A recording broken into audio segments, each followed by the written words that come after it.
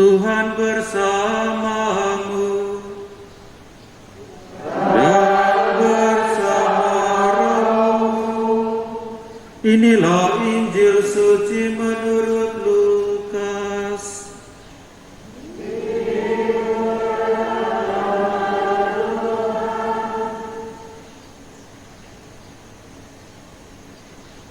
Ketika Yohanes tampil di Sungai Yordan, banyak orang menanti-nanti dan berharap, dan semuanya bertanya dalam hati tentang Yohanes, kalau-kalau ia adalah Mesias.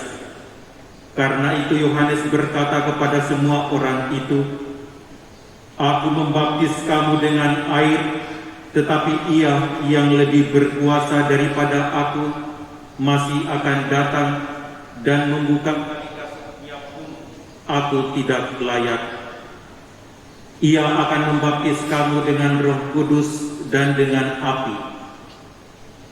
Ketika orang banyak itu semuanya telah dibaptis, dan ketika Yesus sedang berdoa setelah ia juga dibaptis, terbukalah langit dan turunlah Roh Kudus dalam rupa burung merpati ke atasnya, dan terdengarlah suara dari langit, "Engkaulah Anak yang kukasihi, kepadamulah aku berkenan." Demikianlah sabda Tuhan. Terpujilah Kristus.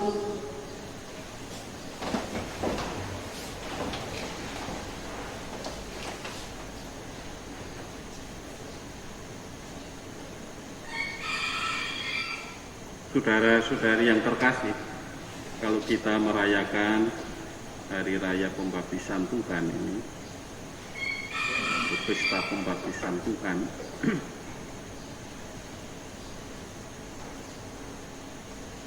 kita mengontemplasikan peristiwa Yesus dibaptis di Sungai Yordan itu. Apa yang tadi dikisahkan oleh Lukas,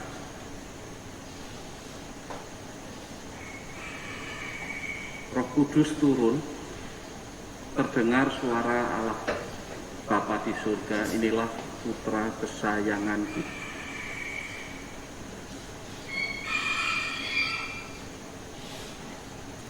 Ada peneguhan atas apa yang sedang dijalankan oleh Yesus untuk menyelamatkan umat manusia, untuk memulai karya penyelamatan Allah dengan mewartakan kabar gembira, kemudian nanti harus menderita, wafat di salib, tapi pada hari ketiga bangkit dari antara orang mati. Jadi pada awal ada peneguhan. Karena apa? Karena antara surga dan bumi, antara Allah dan umat manusia hadir Yesus. Dan Yesus ini menjadi pengantara kita yang sedang melaksanakan tugas perutusannya dari Allah Bapa untuk menyelamatkan umat manusia. Ada cinta kasih Allah yang turun untuk umat manusia yang berdosa melalui Yesus Kristus ini. Yesus sudah datang, bahkan mau dibaptis, bersedia untuk menanggung dosa umat manusia, dituntaskan nanti lewat wafat dan kebangkitannya di kayu salib. Tetapi mengapa sampai sekarang sepertinya terjadi kelambatan atau malah kemandekan umat manusia di dalam menghayati kehidupannya, dalam menyongsong menyambut kasih Allah yang berlimpah ruah, sehingga yang terjadi aneka macam konflik, kekerasan, peperangan, bahkan terakhir ini kita ada COVID-19 dengan aneka macam variannya, Omikron dan lain sebagainya semakin berkembang. Ini menjadi momok juga. Kok jadi menakutkan? Ada apa? Kemacetan atau pelambatan yang terjadi di sini ini perlu menjadi refleksi kita bersama. Jadi biasanya kalau orang berjalan atau kalau kita mengendarai gerobak atau kereta kuda itu, kalau lambat-lambat kan kita pukul sapinya atau kerbaunya atau kudanya supaya cepat. Mengapa kuda atau sapi atau kerbau itu lambat jalannya?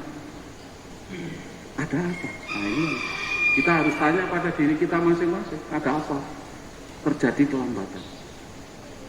Seharusnya seperti Yesus itu lalu, ya meskipun harus menderita dan Bapa disalib, semua tugas perutusan dari Allah Bapa dilaksanakan dengan, kalau menurut versinya Lukas, dengan tenang, dengan damai, dengan keyakinan bahwa Allah Maha Pengasih Penyayang, bahwa sebagai putra kesayangan Bapa dan segala macam itu, peneguhan seperti itu membuat Yesus dalam mengemban dan melaksanakan tugas perutusannya dijalaninya dengan penuh damai, dengan penuh tenang, meskipun harus menderita dan wafat di kayu salib.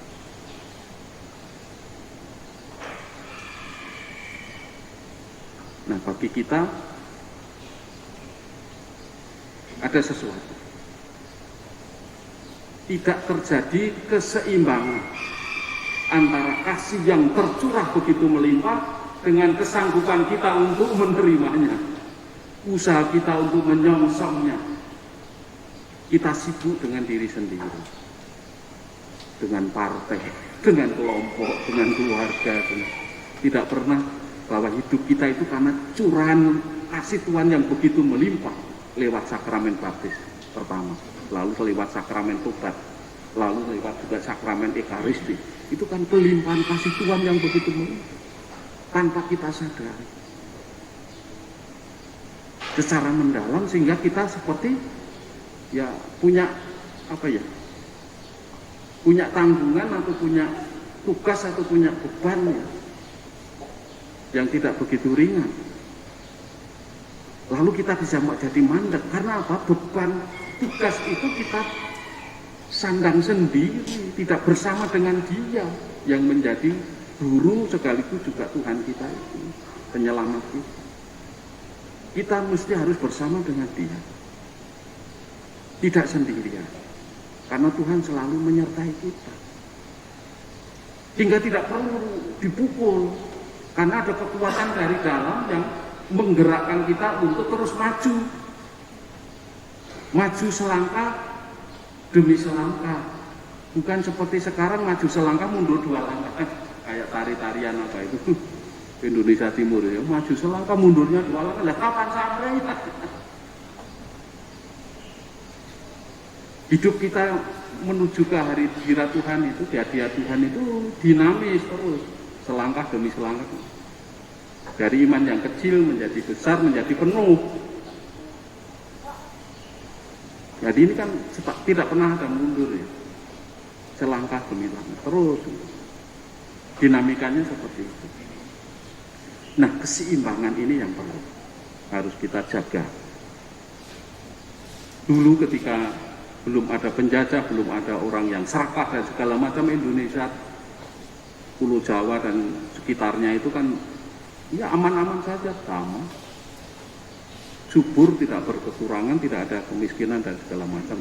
Orang harmonis, keharmonisan itu dijaga oleh para leluhur kita dulu, entah di Kalimantan, Borneo, atau di Jawa, atau di mana saja, mampu menjaga keharmonisan. Nah, kita keharmonisan hubungan kita dengan Tuhan ini yang kurang kita rawat, kurang kita jaga, sehingga pukulan demi pukulan itu menimpa kita. Dengan COVID-19, dengan bencana alam itu anggaplah itu pukulan yang membuat kita jangan mandek, jangan berhenti dalam menapaki kehidupan ini. Itu pukulan cinta, itu bukan pukulan hukuman ya.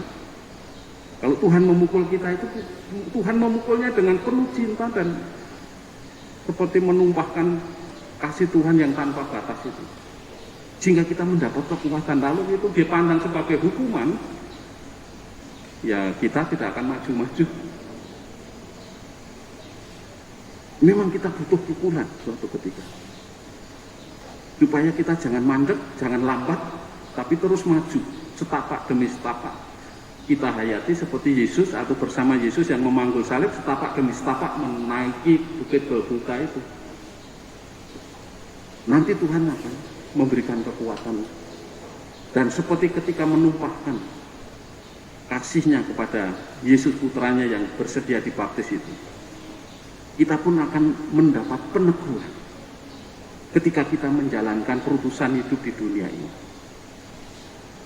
Jadi sukacita yang meneguhkan selalu akan diberikan seperti ketika Yesus dibaptis. Inilah putra kesayanganku. Roh Kudus pun hadir. Demikian juga dalam kita menjalani kehidupan ini, kalau mau mewujudkan kasih itu setapak demi setapak menjadi kenyataan, Roh Kudus juga akan menyertai kita, menaungi kita.